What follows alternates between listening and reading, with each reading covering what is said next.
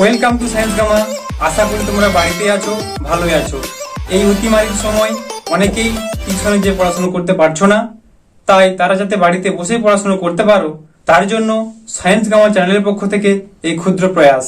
Science gamma চ্যানেলে যারা এখনো পর্যন্ত নতুন তাদের কাছে একটা অনুরোধ যে ক্লাস 10-এর চলতড়িৎ এবং তড়িৎ প্রবাহ ও রাসায়নিক বিক্রিয়া এই অধ্যায় দুটো এই সায়েন্স গামা চ্যানেলে পড়ানো আছে। তোমরা ভিডিওর প্রথমে চ্যানেলে যাবে, চ্যানেলে গিয়ে দেখবে প্লেলিস্ট আছে, প্লেলিস্ট ক্লিক করলেই দেখতে পাবে এই দুটো চ্যাপ্টার। সেখানে সমস্ত ভিডিও ডিটেলসে আলোচনা করা আছে।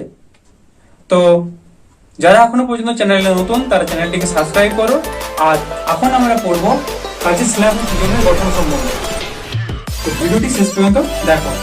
ফার্স্ট আছে কাঁচের স্ল্যাব।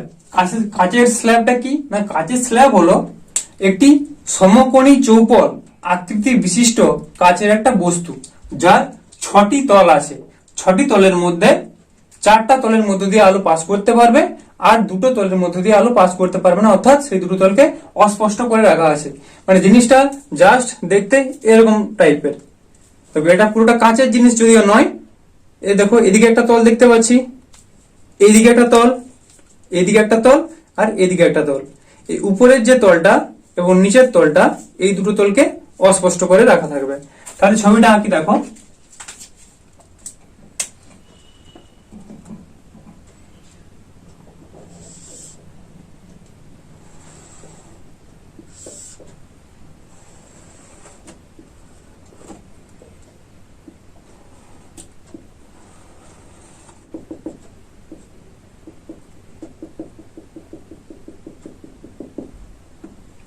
এটা হচ্ছে একটা কাঁচের স্ল্যাব।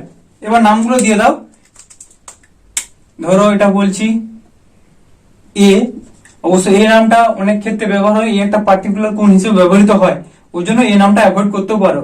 আমি জাস্ট দিচ্ছি এ, বি, সি, ডি, ই, এফ, জি, এইচ। দেখো এখানে মোট 6টা তল আছে। এ, ডি, এইচ, ই এটা একটা তল। এর সমান্তরালে বিপরীত তল কোনটা? বি, সি, জি, এফ। এর সমান্তরালে এটা একটা বিপরীত তল। আবার একটা তল আছে দেখো, এ, ই, এফ, বি। এই তলটার সমান্তরালে বিপরীত তল হচ্ছে ডি, এইচ, জি, সি। তাহলে কটা তল পেলাম? একটা, দুটো, তিনটে, চারটে। আবার দেখো এর যেটা ভূমি বলবো, অর্থাৎ নিচের দিকে তলটা ই, এইচ, জি, এফ একটা তল। এই তলেরই সমান্তরালে জাস্ট উপরের তলটা এ, ডি, সি, বি। এই তলটা পেলাম। এর মধ্য দিয়ে এই উপরের তলটাকে অর্থাৎ এ, ডি, সি, বি এবং নিচের তলটা ই, এইচ, জি, এফ বা এই ভূমিটাকে, এই দুটোকে অস্পষ্ট করে রাখা হয়। অর্থাৎ আলো পাস করবে এই দিক থেকে, যদি আলো এসে এখানে পড়ে তখন আলোটা এই সোজা বেরোতে পারবে। আবার যদি এই সোজা আলোটা এসে পড়ে তখন আলোটা এই সোজা বেরোবে। কিন্তু এই দিকে আলো যে নিচের দিকে যাবে এটা নয়, এইগুলোকে অস্পষ্ট করে রাখা থাকে। অর্থাৎ 4টি পার্শ্বতল স্বচ্ছ, এটা, এইটা, এইটা, এইটা, 4টি পার্শ্বতল স্বচ্ছ এবং 2টি পার্শ্বতল অস্বচ্ছ। এটাই গেল কাঁচের স্ল্যাব। এখান থেকে জাস্ট এইটুকুই বোঝার আছে। এরপর যখন কাঁচের স্ল্যাব থেকে শ্রেণীর সূত্রটা একটু পরে করছি কিভাবে প্রমাণ করব, তখন কাঁচের স্ল্যাবটা ডিটেলস আরো বুঝবে। এরপর আসি প্রিজমের গঠন সম্বন্ধে। প্রিজম জিনিসটা কেমন দেখো। তাহলে এখন বলছি প্রিজমের গঠন। একটা ত্রিভুজ আঁকি ফার্স্ট।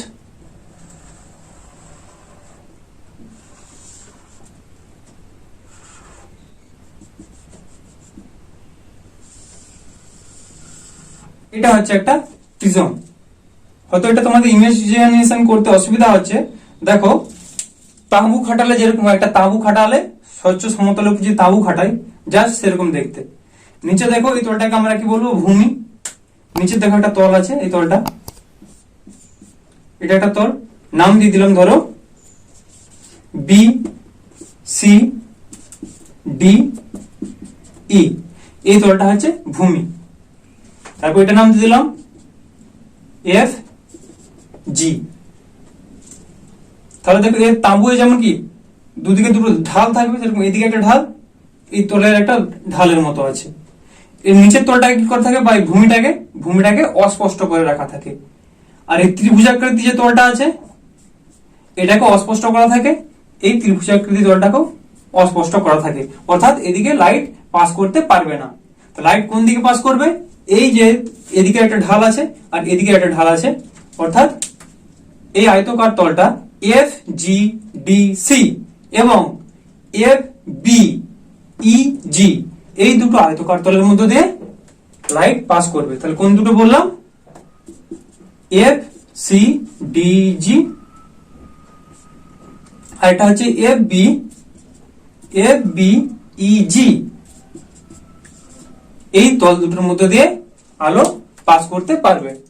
এই যেই তল দুটোর মধ্যে দিয়ে আলো যাচ্ছে এই তল দুটোকে বলা হয় প্রতিসারক তল, অর্থাৎ এই দুটো তল হচ্ছে প্রতিসারক তল।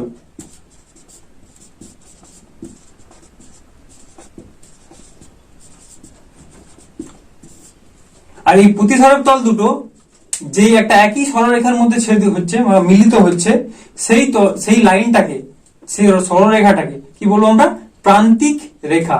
অর্থাৎ দেখো এখানে একটা আয়তকার অংশ আর এইদিকে একটা আয়তকার অংশ, যে এই দুটো এই সরলরেখাটা মিলিত হচ্ছে, এই সরলরেখাটা আমরা কি বলবো না, প্রান্ত রেখা।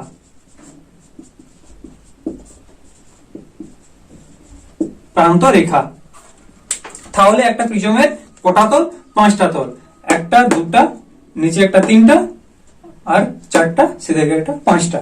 এর মধ্য দিয়ে 3টা তল হচ্ছে অস্পষ্ট করা থাকে, আর দুটো তলের মধ্যে দিয়ে আলো পাস করতে পারে, সেই আয়তকার তল দুটোকে বলা হয় প্রতিসারক তল। এটা আমরা প্রিজমের ক্ষেত্রে পড়লাম। এবার আমরা পুরো প্রধান ছেদ। দেখো এইটার সাথে একটা 90 ডিগ্রি কোণ করো, এটা 90 ডিগ্রি হয়েছে।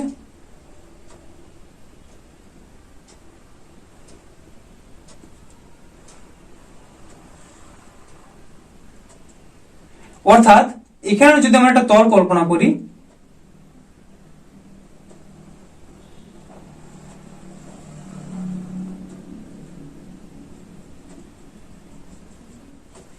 ব্যাপারটা কি বোঝার চেষ্টা করো। এটা তো প্রিজম ছিল, প্রিজমের এই সোজা প্রিজমটাকে কাটা হলো, এই সোজা যদি প্রিজমটাকে কাটা হয় তাহলে কি হবে, সেখানে একটা প্লেন তল পাবো। সেটাকে না কেটে জাস্ট সেটা ইমাজিনেশন করো যে প্রিজমের মাঝে বরাবর এরকম একটা তল আছে, সেই তলটা এভাবে কাত করেও থাকবে না, এভাবেও থাকবে না, সেই তলটা প্রিজমের প্রান্ত রেখার সাথে 90 ডিগ্রি অ্যাঙ্গেল করে থাকবে। কি বললাম, প্রান্ত রেখার সঙ্গে 90 ডিগ্রি অ্যাঙ্গেল বা লম্ব ভাবে থাকবে, এটা হচ্ছে 90 ডিগ্রি, এটাই। আর এই কোণটাকে, এর একটা বিশেষ নাম আছে, এই কোণটা হচ্ছে এ কোণ, এই কোণটাকে বলা হয় এ কোণ। সেটা প্রিজমের যখন প্রমাণ আছে পরে করাবো। তাহলে এ নাম দিয়ে দাও, এ জি নিয়েছিলে, H I, A H I, প্রিজমের এ এইচ আই হলো প্রধান ছেদ। কি বললাম, এ এইচ আই হচ্ছে প্রিজমটার প্রধান ছেদ, এবং এই প্রধান ছেদ প্রান্ত রেখার সঙ্গে লম্ব ভাবে থাকে, এবং তলটা অবশ্যই সমতল। এটা গেল তাহলে কি না, প্রিজমের গঠন। এরপরে আমরা এখন পড়ব যে কাচের স্ল্যাবের মধ্য দিয়ে কিভাবে আলো পাস করে, এবং সেখানে আমরা কিভাবে শ্রেণীর সূত্রটা অ্যাপ্লাই করব সেটা আমরা দেখব। এটা একটা কাচের স্ল্যাব ছিল, কাচের স্ল্যাবটা যখন আমরা আলোর প্রতিসরণ আঁকবো বা শ্রেণীর সূত্র প্রমাণ করব, তখন সেই ক্ষেত্রে কিন্তু আমরা পুরো জিনিসটা আঁকবো না, জাস্ট একটা তল এঁকে নিয়ে কাজটা করব। অর্থাৎ ধরো সাপোজ এইভাবে আঁকছি,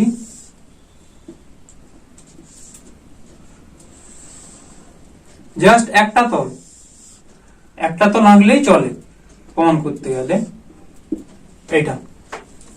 এবার ধরো একটা আলোক রশ্মি, তার আগে একটা নাম দিয়ে দিই, পি কিউ আর এস, তোমরা যে কোনো নাম দিতে পারো, সেটার সঙ্গে কোনো ব্যাপার নেই।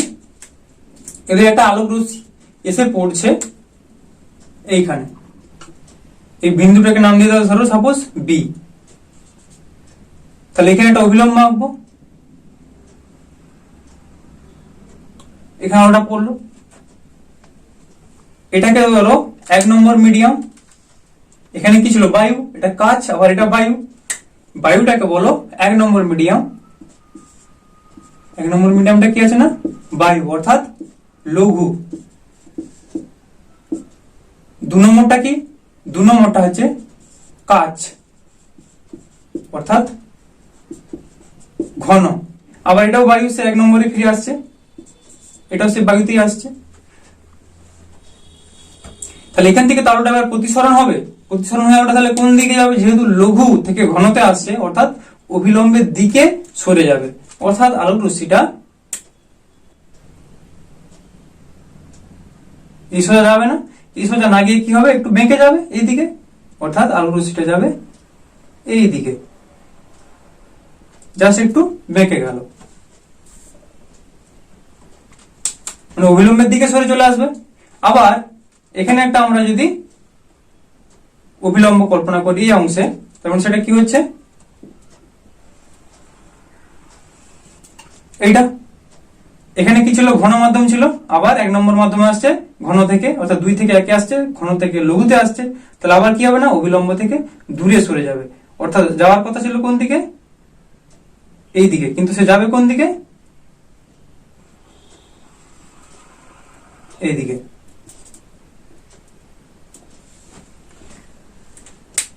এবার দেখো নামগুলো দিয়ে দাও। এটা কি সালে? বি। এখানে ধরো সি বিন্দুতে আপতিত হচ্ছে এ বি একটা আলোক রশ্মি পি এস। প্রথমে বলবে যে পি কিউ আর এস একটি কাচের স্ল্যাব নেওয়া হলো। এই কাচের স্ল্যাবের পি এস প্রান্তে একটি আলোক রশ্মি এ বি পি এস এর উপর বি বিন্দুতে আপতিত হয়।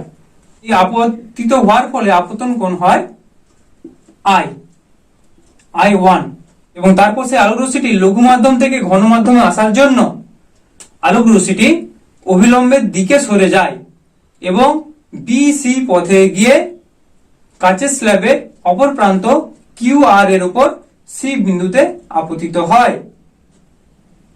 এবং তারপর সি বিন্দুতে আপতিত হওয়ার পর, যেহেতু ঘন মাধ্যম থেকে লঘু মাধ্যমে আলোটি আবার যাচ্ছে, তাই আলোক রশ্মিটি অভিলম্ব থেকে আবার দূরে সরে যায় এবং সি ডি পথে চলে যায়। তাহলে এটার নাম দাও, অভিলম্বটা N1, এটা হচ্ছে N2, এটা হচ্ছে N3, এটা হচ্ছে N4। তাহলে এখানে এটা I1 হলে এটা কত হবে? এটা R1। আবার এটা হচ্ছে R2 হলে এটা হবে I2।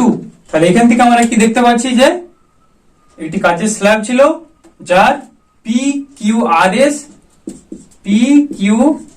আর এস একটি কাচের স্ল্যাব যার পি এস সমান্তরাল কিউ আর এবং পি কিউ সমান্তরাল এস আর।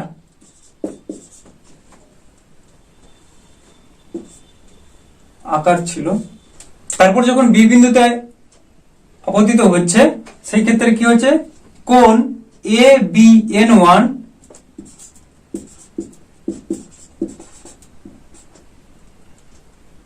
এটা সমান I1, কোণ N2 BC সমান R1।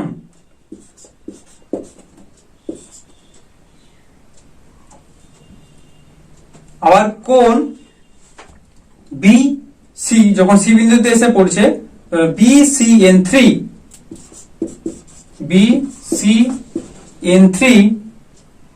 সমান R2 আর N4 CD সমান I2। N4 CD সমান I2। আবার দেখো N1 N2 এর সঙ্গে সমান্তরালে আছে n3 n4, তাহলে এই দুটো অভিলম্ব সমান্তরাল। n1 n2 সমান্তরাল n3 n4, আর এই দুটো সমান্তরাল জায়গার মধ্যে এই বি সি হিসেবে কাজ করছে, ভেদক হিসেবে কাজ করছে। এখানে বি সি সমান ভেদক। তাহলে কি দেখো, এই দুটো সমান্তরাল আর এখানে বিসি ভেদক, তার মানে কোণ R1 সমান কোণ R2। কারণ কি, এটা একান্তর কোণ। তাহলে কোণ N2 BC সমান কোণ BCN3। যেহেতু একান্তর কোণ,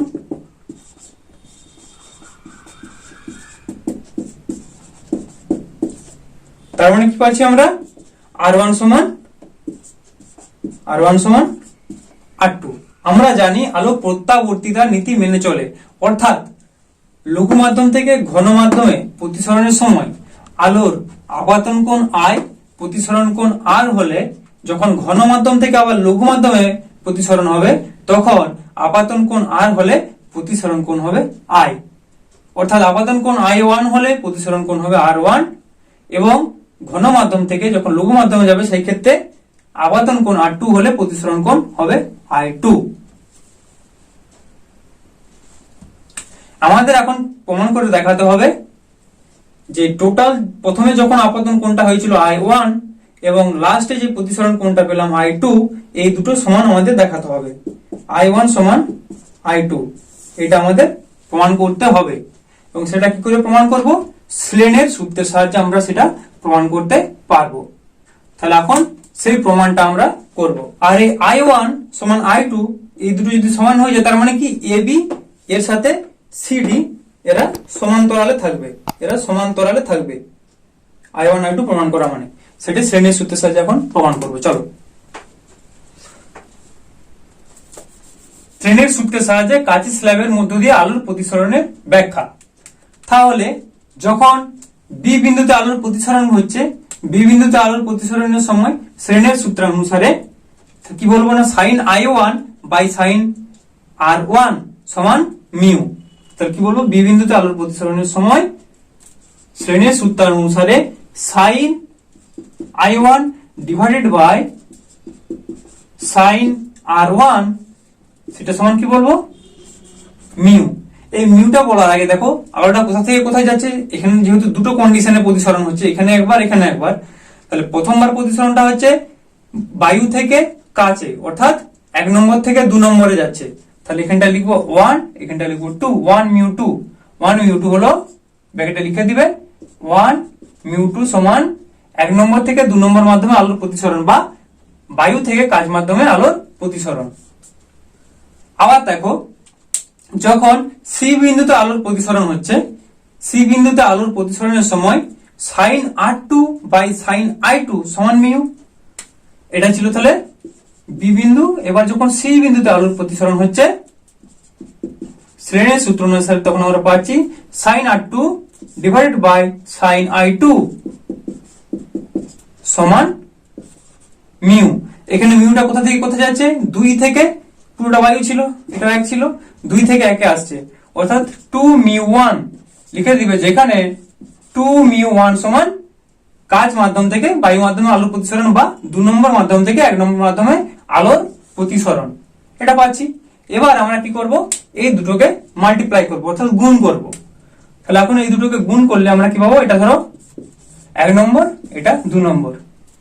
তাহলে এখন 1 নম্বর গুণিত 2 নম্বর করে পাই কি পাবো, sin I1 divided by sin R1 into sin R2 divided by sin I2 সমান 1 মিউ 1, 1 মিউ 2 ইনটু 2 মিউ 1, এটা পেলাম, সমান 1 মিউ 2 ইনটু 1 বাই 1 মিউ 2। 2 μ1টাকে 1 করে নিলে 1 μ2 হয়ে যায়। তার মানে এই দুটো কেটে গেলে কত পাবো? 1 পাবো। তার মানে আমরা কি পেলাম? সাইন, এটা 1 ছিল, sine I1 divided by sine R1 into sine R2 divided by sine I2 সমান 1 পেয়েছি। এবার দেখো, এইখানে যখন আমরা প্রমাণটা করছিলাম, এই কোণটার সঙ্গে এটা একান্তর কোণ ছিল, অর্থাৎ N2BC সমান BCN3। এখানে আমরা এটা করে দেখিয়েছিলাম, অর্থাৎ R1 সমান R2, এই প্রমাণটা এখান থেকে আমরা পেয়েছিলাম। তাহলে সেই ভ্যালুটা এখানে বসাবো, R2 এর জায়গায় কত বসাবো? তাহলে R1। তাহলে implies sin I1 divided by sin R1 into sin R2 এর জায়গায় কি বসাচ্ছি? R1, sin R1 by sin I2 সমান 1। ব্র্যাকেটে লিখে দিবে, যেহেতু R2 সমান R1, তাহলে sin R1 কেটে গেল, তাহলে কত পাচ্ছি? sin I1 divided by sin I2 সমান 1। ইমপ্লাইজ এটা থেকে কি বলতে পারবো না, sin I1 সমান sin I2, sin I1 সমান sin I2। তাহলে দুটো সাইন কেটে গেল, বোথ সাইড কি পাচ্ছি? I1 সমান I2। অর্থাৎ এই I1 সমান I2 এটা আমরা প্রুভ করে দেখাতে পারলাম। আর I1 I2 সমান হলে কি হবে? আলোক রশ্মিটা AB আর CD পরস্পরের সমান্তরাল হবে। তাই এটাই শ্রেণীর সূত্রের সাহায্যে প্রমাণ করা হলো। এরপরে নেক্সট ভিডিওতে তোমরা পড়বে যে প্রিজমের সঙ্গে মধ্যে দিয়ে যখন আলো যায়, সেক্ষেত্রে প্রিজমের প্রতিসারক কোণ A হলে চ্যুতি কোণ ডেল্টা সমান I1 plus I2 minus A, এই প্রমাণটা, এবং ন্যূনতম চ্যুতি কোণ delta M 2I minus A, এই দুটো প্রমাণ তোমাদের নেক্সট ভিডিওতে করব। এরকম নিয়মিত ভিডিও পাওয়ার জন্য আমার চ্যানেলে নতুন হয়ে থাকলে চ্যানেলটিকে সাবস্ক্রাইব করো। আর যদি এই ভিডিওটি ভালো লাগে, তোমাদের হেল্পফুল মনে হয়, তাহলে ভিডিওটিকে লাইক করো। বুঝতে কিছু অসুবিধা হলে অবশ্যই কমেন্ট করে জানাও। তো আজকে এই পর্যন্তই।